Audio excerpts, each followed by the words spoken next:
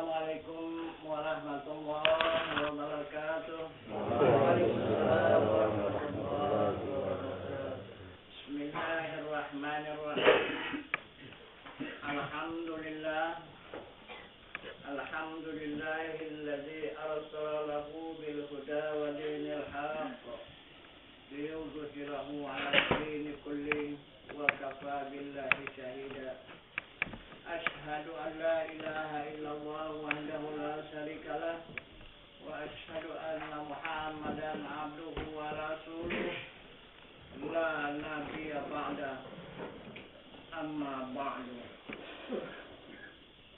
Pertama-tama kita bersyukur kehadirat Allah Subhanahu wa taala beserta menyampaikan salawat dan salam atas junjungan kita Nabi besar Muhammad sallallahu alaihi wasallam.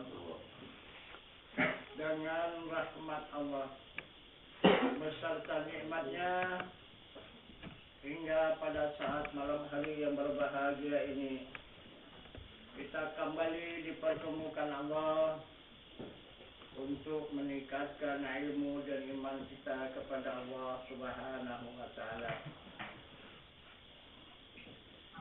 Yang mana Nabi kita Muhammad sallallahu alaihi wasallam memberikan petunjuk kepada sekalian umatnya dengan sabda beliau yang berbunyi awaluddin ma'rifatullah, bermula awal agama mengenal Allah.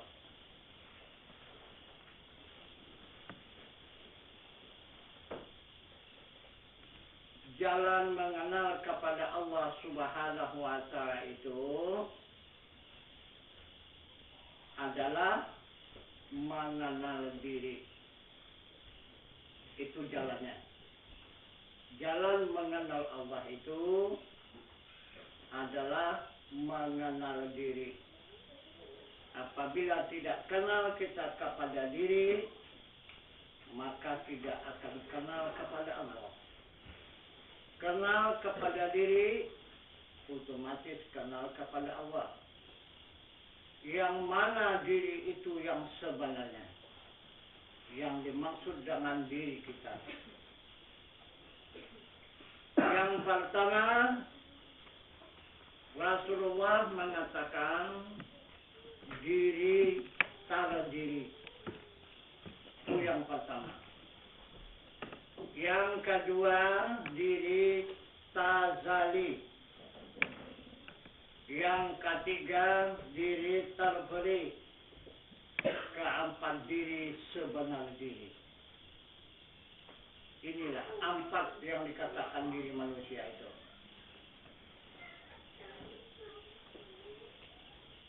Yang mana tanpa duduk. Semuanya itu adalah diri kita. Yang empat itu diri manusia. Di mana mau tanpa duduk? Pertama, diri terdiri. Inilah yang nampak dengan mata kepala ini. Yang berkepala, berbadan, bertangan, dan berkaki. Ini diri terdiri namanya. Yang disebut dengan diri jasmani. Atau badan, atau tubuh. Ini yang pertama. Yang kedua, diri tazali.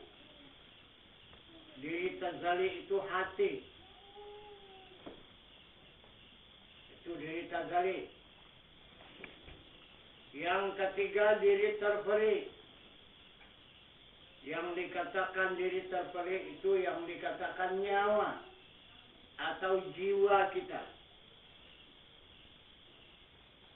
Dan yang keempat, diri sebenar diri, yaitu adalah diri rahasia. Itulah empat lapisan diri kita ini.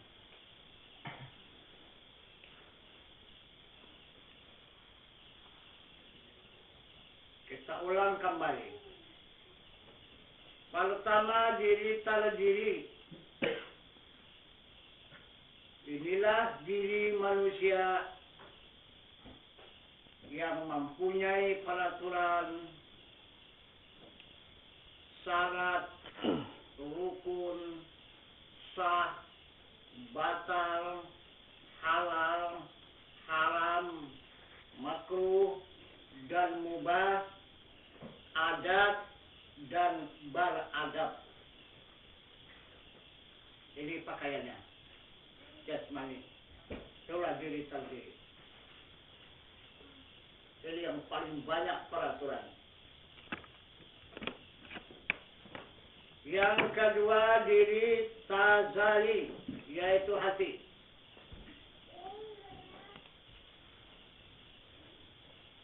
Ini apa pakaiannya? Pakaiannya hanya zikirullah. Siang dan malam itu tidak putus daripada zikirullah, yaitu zikir Allah. Baik dalam keadaan duduk, berdiri, berjalan, makan, minum, diam, dan berkata. Tetap dia berzikir Allah di hati itu.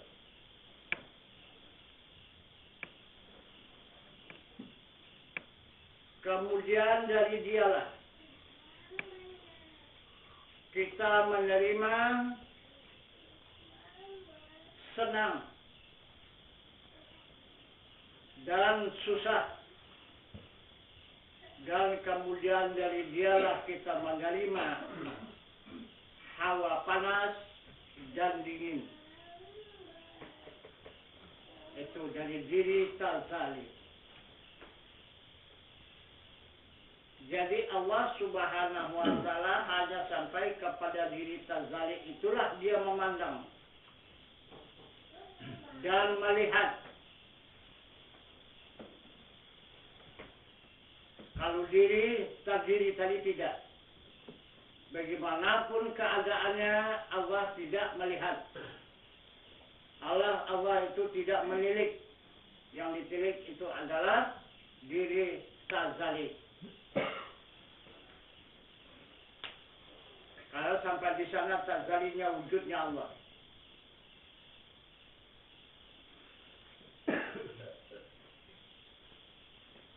Kemudian yang ketiga diri terperi.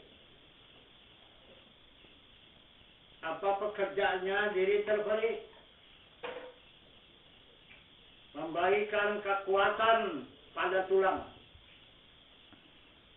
Itu yang menjadi tenaga. Memberikan kehendak pada nafsu. Memberikan ilmu pada otak. Dan memberikan pendengar pada telinga. Dan memberikan penglihat pada mata. Dan mencakapkan lidah. Itu diri terperi. Yang keempat diri sebenar diri. Yang diri rahasia adalah meliputi seluruh anggota tubuh, zahir atau batin. Habis diratai dia.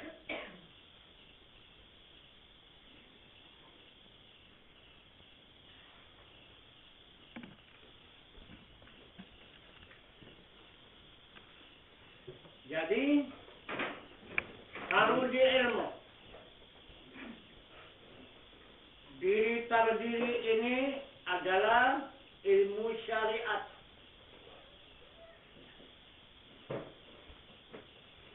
Itu pakaiannya. Kalau di diri tazali itu ilmu tarikat. Kalau diri terperi ini ilmu hakikat. Dan diri sebenar diri itu adalah ilmu ma'rifat. Itu ilmunya.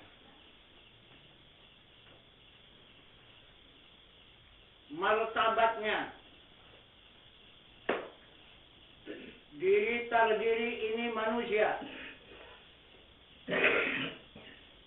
Diri tazali ini malaikat. Diri terperi ini adalah Muhammad. Dan diri sebenar diri ini adalah zat Allah. Nah, di mana tempat kedudukan?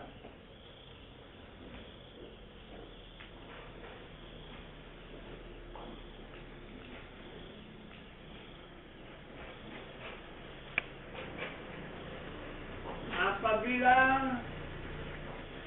kedudukan kita,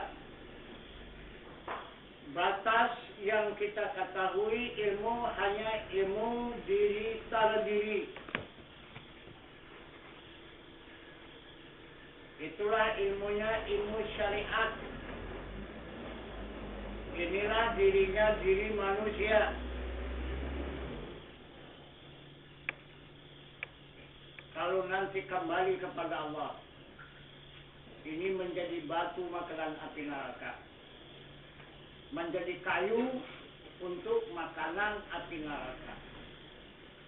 Karena menyala neraka itu, nah orang-orang inilah yang dimakannya menjadi api, menjadi kayu.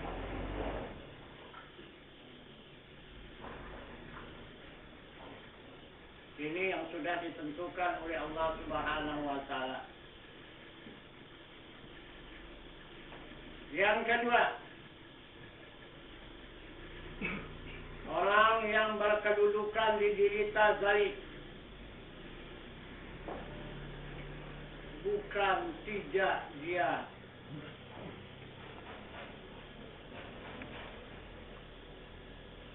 capek di dunia ini,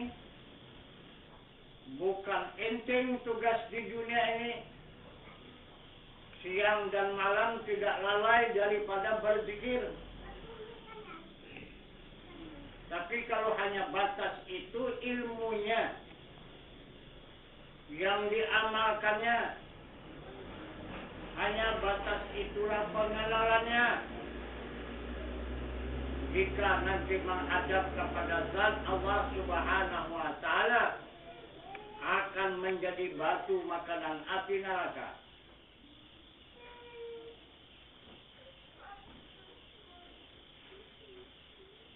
Contoh dan sunnah.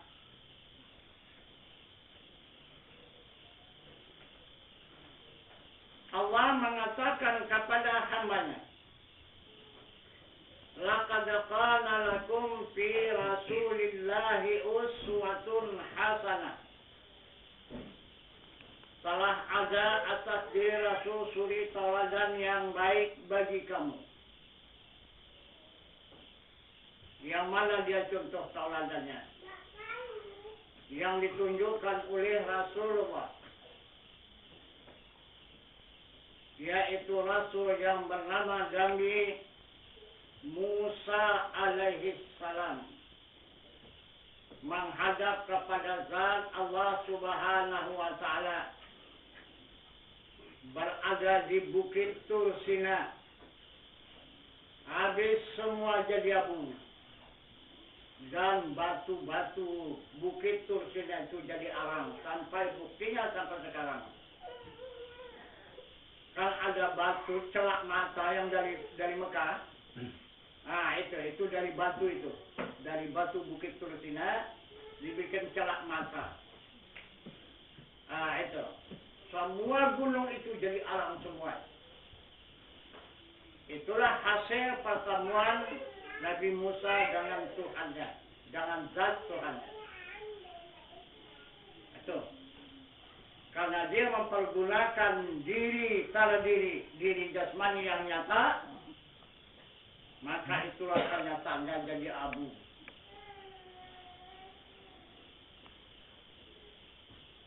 Yang kedua, contoh tauladan yang dijadikan oleh Allah Subhanahu wa Ta'ala untuk kita hambanya. Malaikat Jibril alaihi salam. yang selalu membawa wahyu dari Allah memberikan kepada Rasul.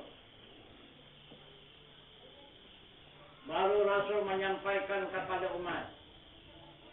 Jadi arti wahyu ini adalah berita dari Tuhan ataupun pelajaran dari Tuhan yang disampaikan kepada Rasul perantaraan malaikat Jibril.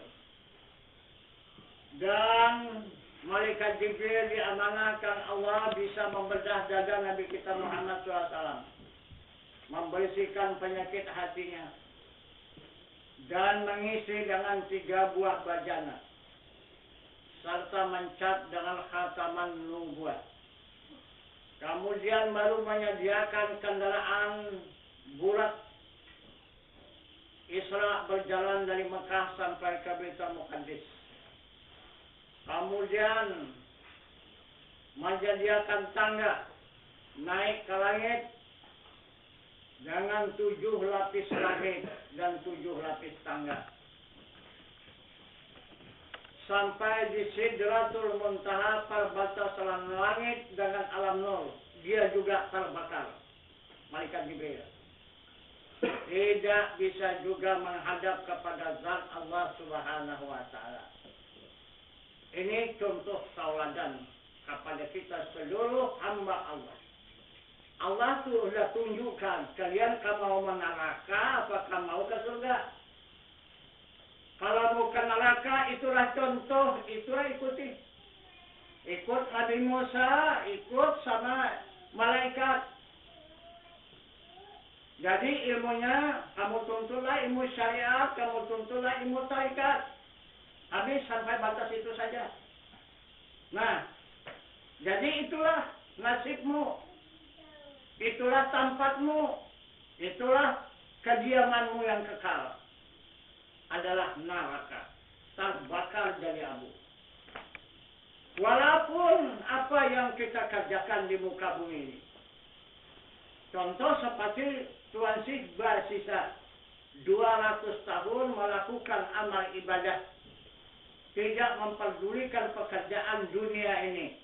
Hanya beramal, beribadah, beramal, beribadah, beramal, beribadah 200 tahun. Juga terbakar. Menjadi api neraka. Itu. Menjadi makanan api neraka. Itu yang sudah disunahkan oleh Rasul, yang sudah dipetunjukkan oleh Allah Subhanahu wa Ta'ala. Jadi inilah sebahagian besar kita hamba Allah mendustakan Allah dan Rasul. Itu maka sedikit lagi dunia ini bertahan. Karena 95% yang mendustakan Allah dan Rasul. Macam mana dia tidak marah? Maka tidak akan lagi kuat dunia ini. Semuanya rapuh dan lapuk. Asal dapat guncangan tahunya hancur. Nah, itu. Maka Allah menghapuskan bumi ini bukan karena guncangan saja.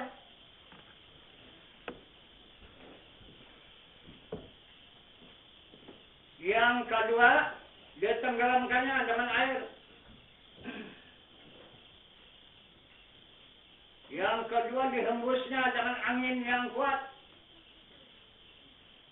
Dan yang keempat, dinyalakannya api di sana sini, membakar bangunan. Terbakar bangunan dan orangnya pun ikut terbakar.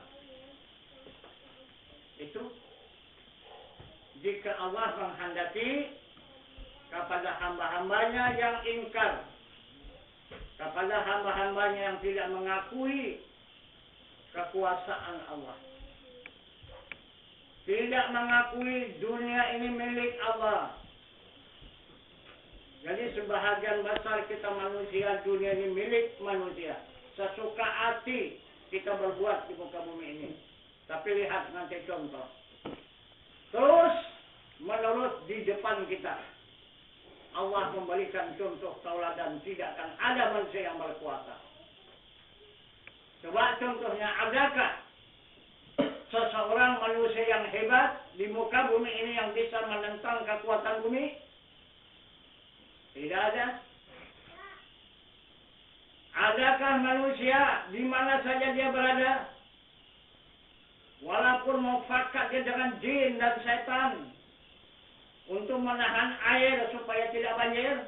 Tidak ada.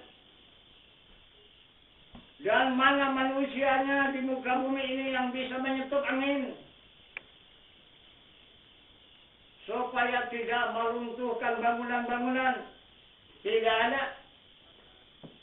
Mana manusia yang bisa memadamkan api supaya api itu tidak menyala? Tidak ada. Jadi berarti tidak ada yang diikut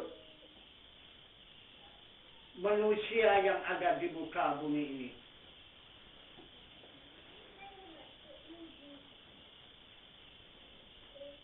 Siapa yang diikut? Siapa yang dicontoh? Ikutlah petunjuk Allah Subhanahu wa Ta'ala. Maka dikatakan oleh Allah kembali, laqad kana lakum fi Rasulillahi uswatun hasanah. Telah ada atas diri Rasul, yaitu Muhammad sallallahu alaihi wasallam, suri tauladan yang baik bagi kamu. Jika kamu ingin selamat di dunia di akhirat, ikut Muhammad, kata Tuhan. Begitulah kata Allah. Ikut Muhammad. Kalau mau selamat, lain tidak ada.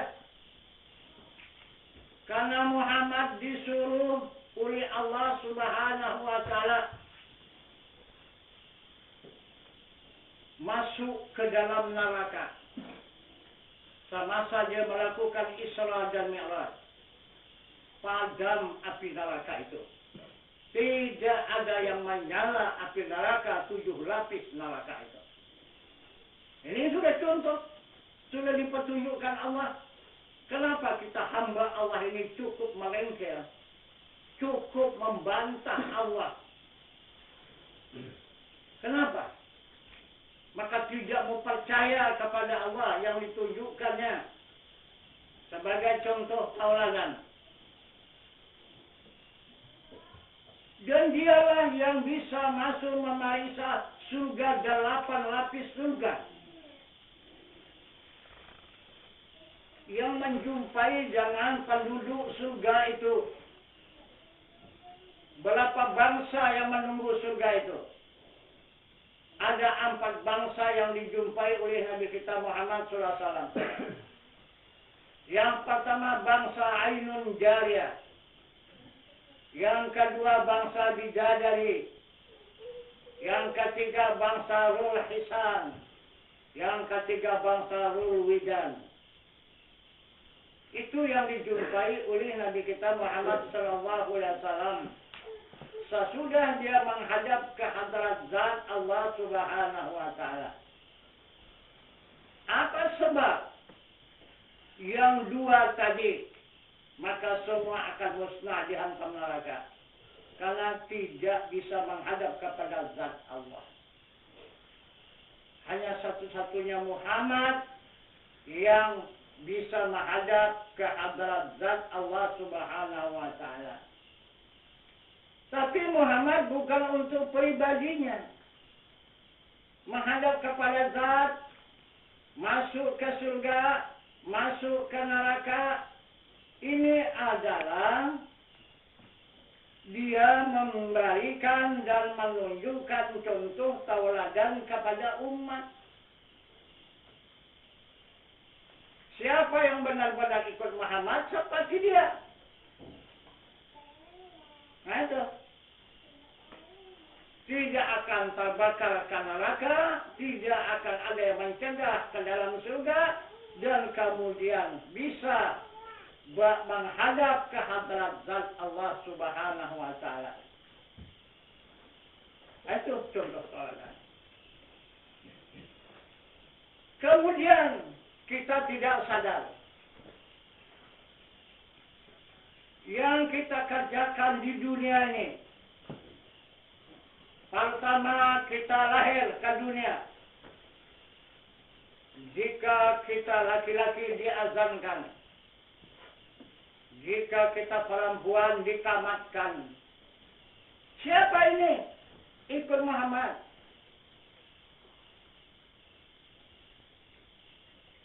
Kemudian yang berkemampuan sesudah berumur 7 hari.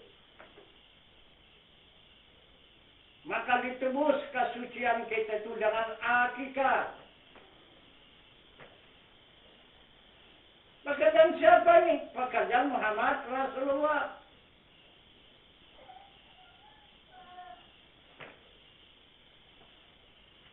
Kemudian beberapa tahun dikerjakan lagi memotong sebahagian tubuh. Itu dimaksud berkhitan. Sebahagian sudah dikorbankan diri kita berkhitan, dibuang. Untuk mendapatkan kesucian. Ini pekerjaan siapa ini? Pekerjaan Muhammad.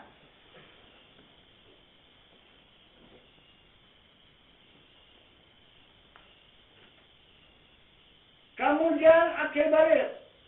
15 tahun. Maka perintah Allah Subhanahu wa taala kepada hambanya, wa tawakkal 'alal hayyil ladzi la yamut. Serahkan dirimu kepada Tuhanmu yang hidup, yang tiada mati. Ikut siapa ini? Ikut Muhammad. Itulah menyuntun Ismail alaihissalam untuk menegakkan agama di muka bumi ini. Kemudian baru menyempurnakan hidup di muka bumi ini, yaitu menegakkan rumah tangga. Siapa punya pekerjaan ini? Pekerjaan Muhammad.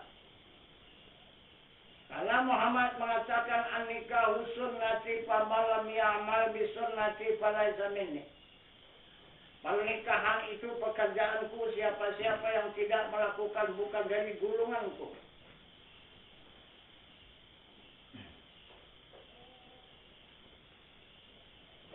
Kemudian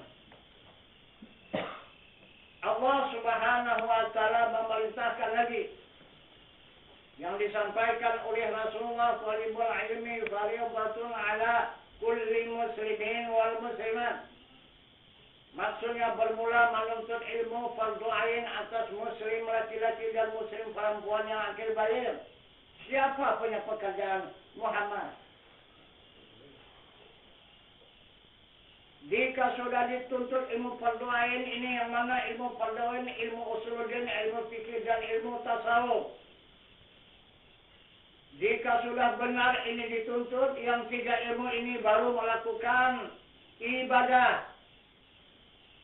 Baru menegakkan salat 5 waktu sehari semalam, puasa pada bulan suci Ramadan, mengeluarkan zakat sampai nisab, melaksanakan ibadah haji, sedekah jariyah, berwakaf, membuat bangunan rumah Allah. Dan kemudian menegakkan rumah tangga mengikut peraturan Muhammad Rasulullah SAW yang dikehendaki oleh Allah Subhanahu wa taala, sakinah, mawaddah dan warahmah. Kemudian makan dan minum ikut Muhammad. Makan diawali dengan bismillah, diakhiri dengan alhamdulillah. Begitu juga kalau mau tidur, baca Quran dulu 30 juz dan melaksanakan ibadah haji, dan kemudian memberi makan orang yang mukmin dan melakukan perang fisabilillah. Tidak ada pekerjaan yang lain di muka bumi ini yang kita kerjakan, hanya pekerjaan Muhammad. Yang aneh, apa anehnya? Diri kita hamba Allah. Diri kita bukan Muhammad. Diri kita adalah manusia. Ini adalah merampas perbuatan Muhammad semuanya.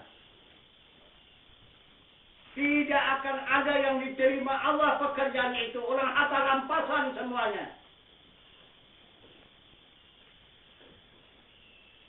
Salat merampas pekerjaan Muhammad. Puasa merampas pekerjaan Muhammad.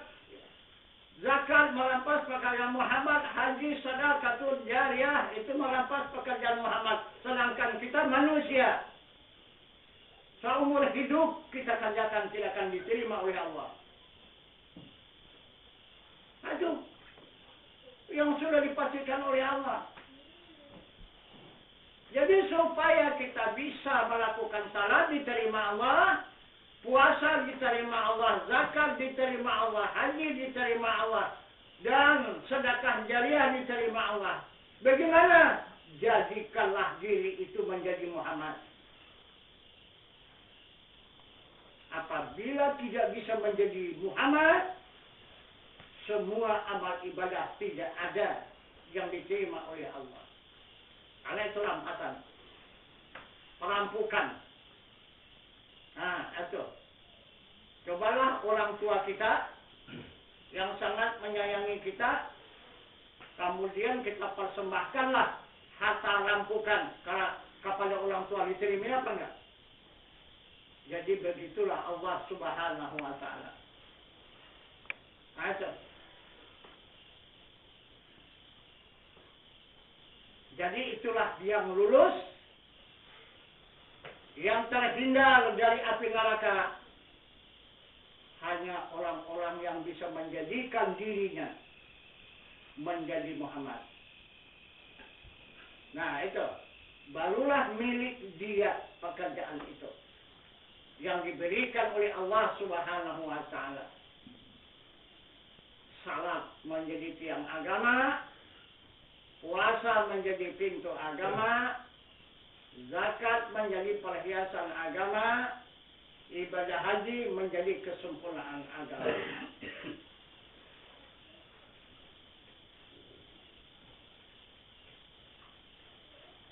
Itu yang dikehendaki oleh Allah Subhanahu wa Ta'ala.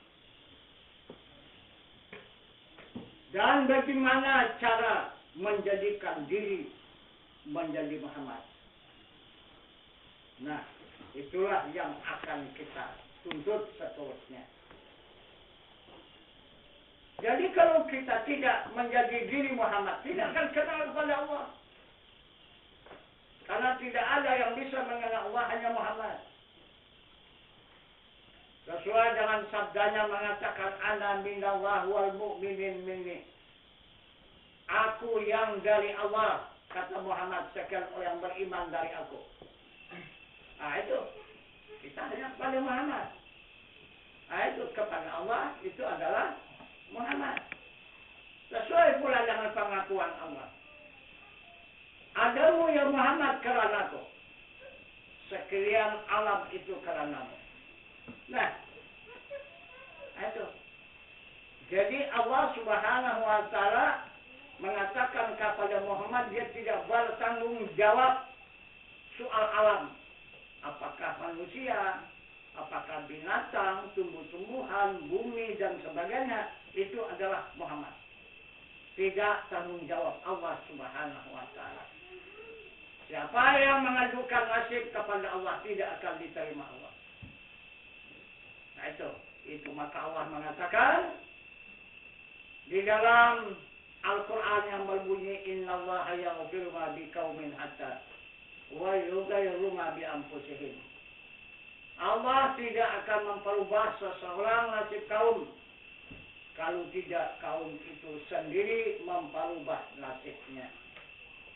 Itu kata Allah Subhanahu wa Ta'ala. Nah, barangkali inilah tambahan pengajian kita pada malam ini untuk meningkatkan ilmu dan iman kita kepada Allah Subhanahu wa Ta'ala. Semoga iman kita sudah sampai kepada yakin, aina yakin, dan hakul yakin. barulah sempurna amal ibadah kita kepada Allah. Nah, kemudian baru kita sambung lagi dengan usuluddin, dengan pertanyaan, yaitu untuk menerangkan supaya lebih terang lagi jalan yang sudah kita buka, yang sudah kita jalankan, yang kita pertunjukkan. Mudah-mudahan dia bertambah luas dan bertambah terang. Maka sebagai mukadimah pelajaran pertama pada malam ini kita akhiri sampai di sini. Wabillahi taufiq wal hidayah. Assalamualaikum warahmatullahi wabarakatuh.